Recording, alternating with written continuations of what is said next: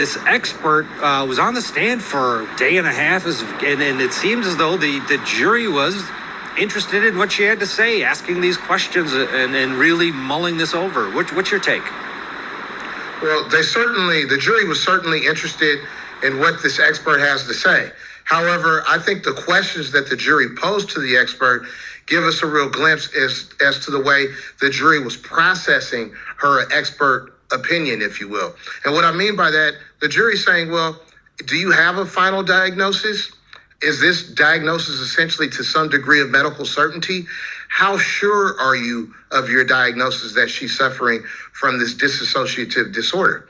And I think the expert witness's testimony or response to that is very telling. She's saying, hey, I did some tests on her, but there were more tests that could have been done to make me more certain. And because of that, I do not have a final diagnosis.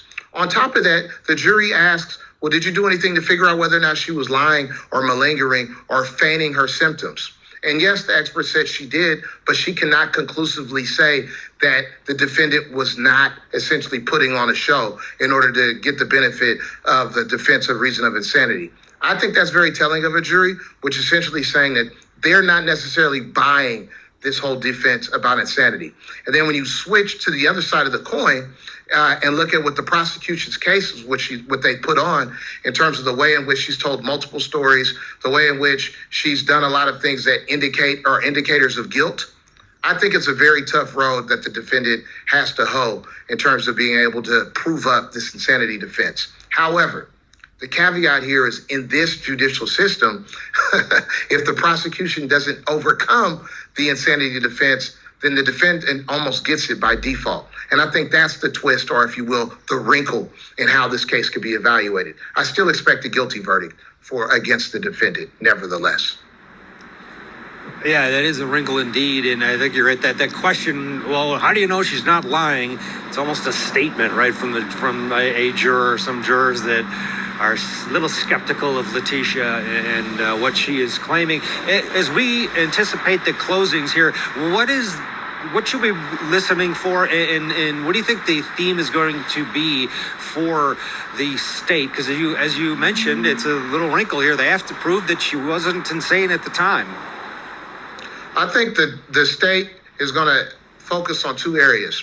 One of which is the way in which, in the aftermath of this killing, she behaved. And these are not, and it's, they're going to say, this is not the behavior of someone who's insane. Someone who's insane, someone who was temporarily insane might come back and essentially say, hey, I don't know what happened. I blacked out and that's my story. Instead of someone saying, I did this. Oh, no, I did that. It happened this way. Oh, when you caught me in that lie, I changed and went in a different direction. Oh, I got a rental car. Oh, I got a U-Haul.